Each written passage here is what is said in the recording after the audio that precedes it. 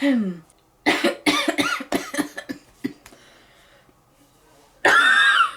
everybody and welcome back to my channel. I have some interesting news, so let's talk about it.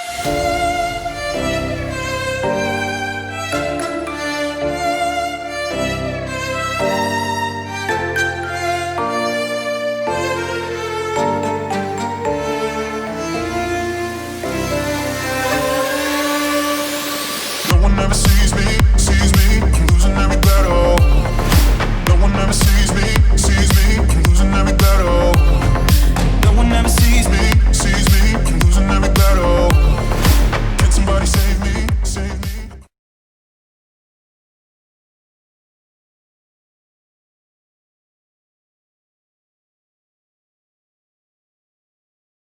Hey everybody, I know that you have seen that I know that you have not seen a video this past week, and I have a very good reason for that.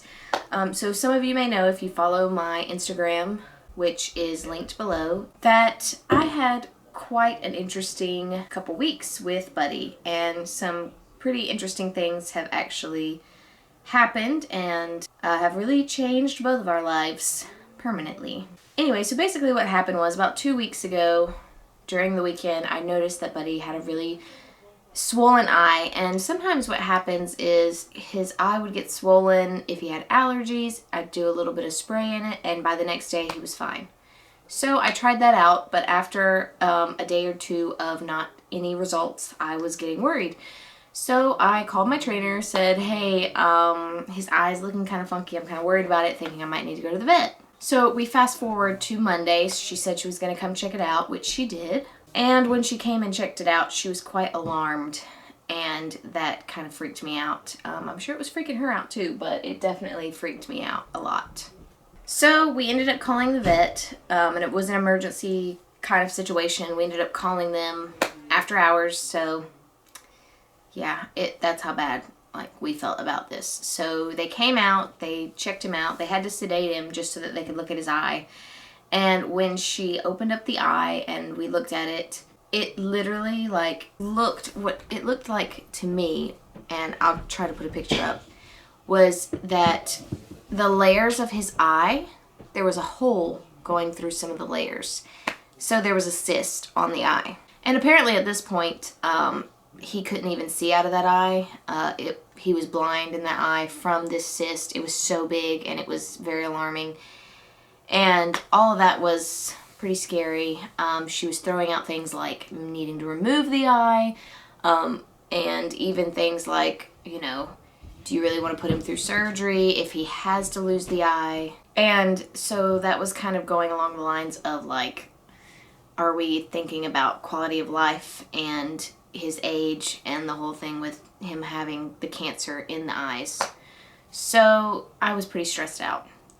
So we came to a conclusion of, let's try this medicine out 4 times a day for a whole week, see if we can get the eye healed, at least, so we wouldn't have to do surgery and he would just live with a blind eye. So a week passed, and it was probably the most stressful and emotional week that I've had in a very long time, probably since the week that Molly had her seizures and ended up passing away, which was last year, of course.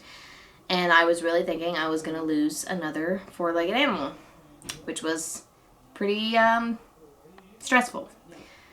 Anyways, I had lots of family and friends praying. I was praying. It was really great. I had an amazing support group, people who were checking on him, asking for updates. So I'm very thankful for the people that I have in my life who were doing all that. And some of you were viewers too, so thank you very much for that. So we had an update check, an updated vet check, a week from the day that we started his medicine. So we went to that, and for me, it was an extremely stressful day because I was thinking either it's going to be better, I'm going to get good news, it's going to be black and white. It's either going to be good news or it's going to be, I'm not going home with this horse.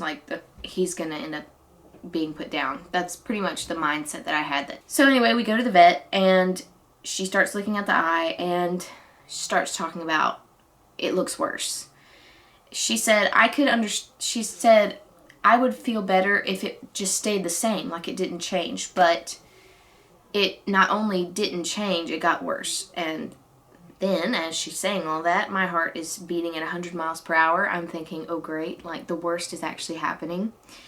And so I was preparing myself because I was really struggling to keep it together at the vet's office. I was like, these people are going to have to knock me out if she says what I think she's getting ready to say.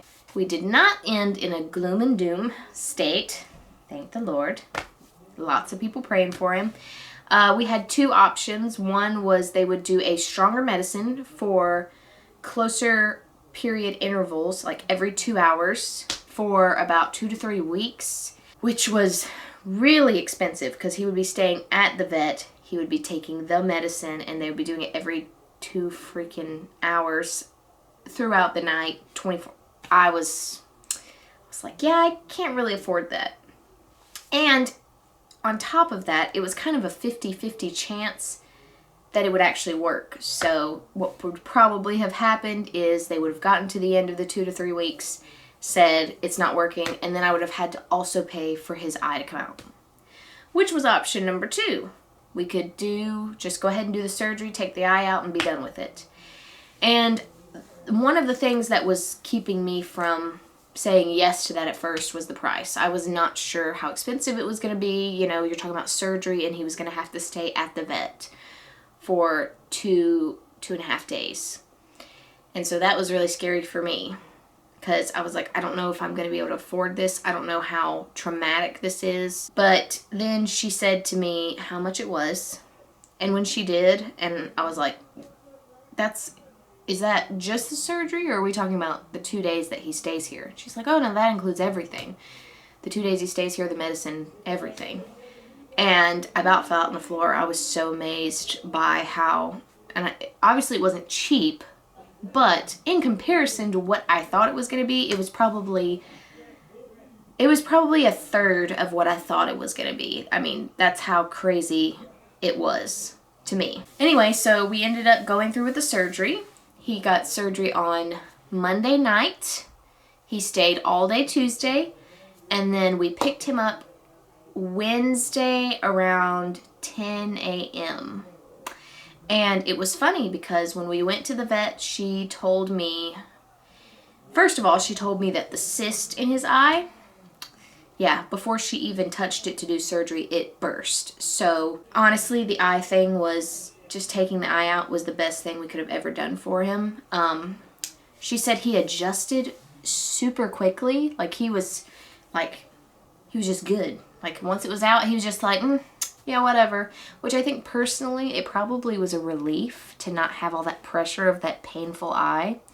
That's just my personal opinion. And he was in such good spirits. He had been pretty down the days that I had him putting the medicine in his eye. I could tell he was kind of like not himself. He wasn't necessarily depressed, but he was definitely in pain and just kind of miserable, if that makes sense. But once the eye was out and I took him home, he was Mr. himself. And it was funny because I would let him eat grass while I would clean out his stall. And he would walk around just like nothing had changed. Like he'd always had only one eye. And it was pretty funny. Anyway, so when we brought him home, he actually had this, and I'll show you a picture, but it's actually like this cloth, like gauze thing that like they sewed onto the like top and bottom parts of his eye, like across the suture line, whatever. And it just looked really funky. And it kind of scared me because it was like sticking out and, you know, I'm like, oh my gosh, like, does that hurt? Like, it just freaks me out. Anyway. He was very brave, a little too brave for my taste, me watching him walk in between trees and stuff, and it was really freaking me out because I was like, oh, you can't me. Anyway, so he stayed for about half a week in a stall, even though the vet said I would not hesitate to let him go out in the field. He's fine, he'll be fine. For my heart's sake, I had to let him be in a stall for a couple days, just for my heart's sake, you know what I mean? So, this morning, I ended up going out there and letting him out. and I watched him for a little bit to make sure he was okay. And when I felt comfortable, I left, and then I worked, and then I came back to the barn later the afternoon, late afternoon, early evening, and checked on him, and he was doing great. It was really just like he'd always been when he was out there, and he was hanging out with Rio. Rio was watching his back, so made me feel even better. And so now he is actually out there tonight, and I will go check on him in the morning and see how he's doing. But I thought if he had a really good day today and I went out there and I felt like he was pretty much himself, that I was just going to let him stay out all night. Oh my goodness, my voice just changed really weirdly right there. Allergies. Anyway, so now we are just both adjusting. I'm adjusting to having a one-eyed horse who doesn't necessarily act like a one-eyed horse all the time. Every once in a while he reminds me. Today I had a halter and I accidentally dropped it on his blind side, and he did a little bit of a flinching. Nothing bad. He probably took one little tiny step and just kind of like looked like, but that was about it. And that is very encouraging for me. I think a lot of it has to do with the fact that he trusts me and hearing my voice. And so anytime there's a noise or anything like that, he kind of trusts that I'm right there and I'm not going to let anything happen to him. So he will be going back to being ridden. He actually helps this little girl that I know that I am actually teaching to build her confidence, and he will be doing that again. We're going to have to work it in because she's going to have to start compensating for having that blind side. So we'll see how that goes. But otherwise, he's doing really well. I mean, you know, he's getting old, but we're just giving him as much life as he can have, as long as he can have it. And as long as he's happy. The moment that he stops being happy, then that's the moment we know. But for now, he is a wild, lively child, and I will continue to allow him to have his wild, lively childness. Anyway, guys, thanks for watching. I'm sorry about the video and the whole but it is what it is, and yeah, you would not have wanted to see the video that I could have possibly come up with that day. Probably would have been crying and emotional. So it's a much better good newser video.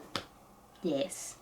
And don't forget, guys, be brave, be brave. I'll see you next time.